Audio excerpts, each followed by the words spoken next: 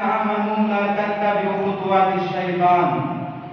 Wahai orang-orang yang beriman, janganlah kalian mengikuti langkah-langkah setan.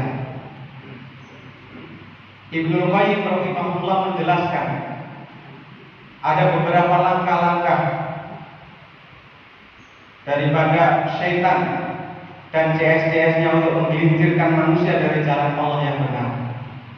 Di antaranya yang paling ringan, manusia itu akan digoda dengan perbuatan-perbuatan atau amalan-amalan yang mubah.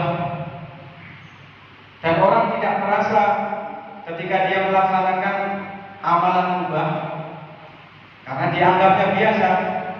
Karena amalan mubah itu tidak dituntut oleh Allah Subhanahu wa taala, akibatnya tidak mendapatkan dosa, juga tidak mendapatkan pahala. Dan ini yang sering di antara kaum muslimin muslimat itu terjebak dengan amalan-amalan mubah. Apa saja? Banyak. Kalau boleh disebutkan contoh-contohnya banyak sekali, sehingga kita terlena, terpedaya. Padahal itu bukan amalan yang prioritas, sehingga kita tertipu di situ. Padahal ada amalan-amalan yang muqtadul hal, yang menuntut kita untuk menyegerakan di saat atau di masa itu juga. Ketika azan dikumandangkan, ketika bulan puasa sudah tiba, masih juga melakukan hal-hal yang sepele. Tidak segera bergegas, tidak segera terketuk hatinya. Main HP, duduk-duduk, ngobrol-ngobrol, ngomong ngalor ngidul, ini kan mubah, perkara mubah. Dan justru dengan perkara yang mubah ini, mereka akan terjerumus kepada perkara-perkara yang lebih tinggi, perkara yang haram, sampai pada puncaknya nanti dia terjerumus kepada perbuatan syirik. Dan itu tidak terasa, digiring pelan-pelan oleh setan dengan jaring-jaringnya, dengan tipu muslihatnya.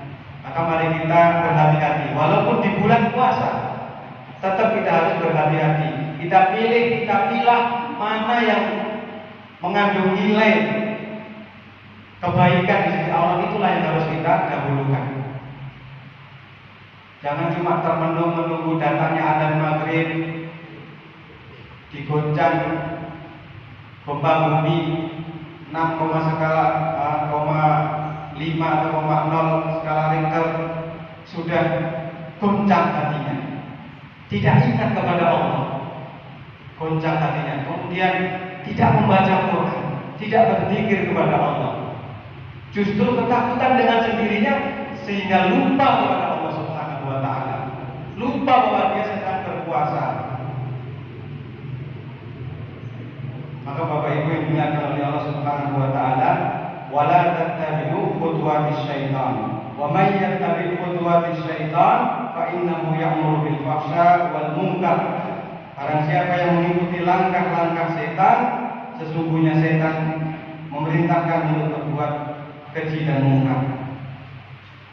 Ketika digoncang bencana alam, kesempatan jahat dilakukan, menjarah toko, menjarah supermarket, masuk rumah orang yang ditinggal lari oleh penghuninya, kesempatan kita ambil.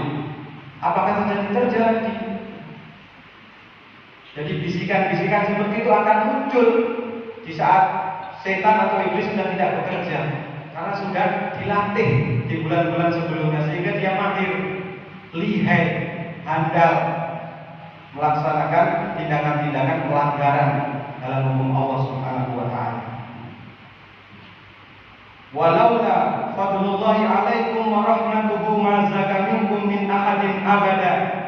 Kalau bukan karena karunia Allah kepada kalian dan rahmatnya, ma zaka minkum min ahadin abada, kalian tidak akan bisa selamat. Kalian tidak akan suci dari perbuatan-perbuatan seperti itu.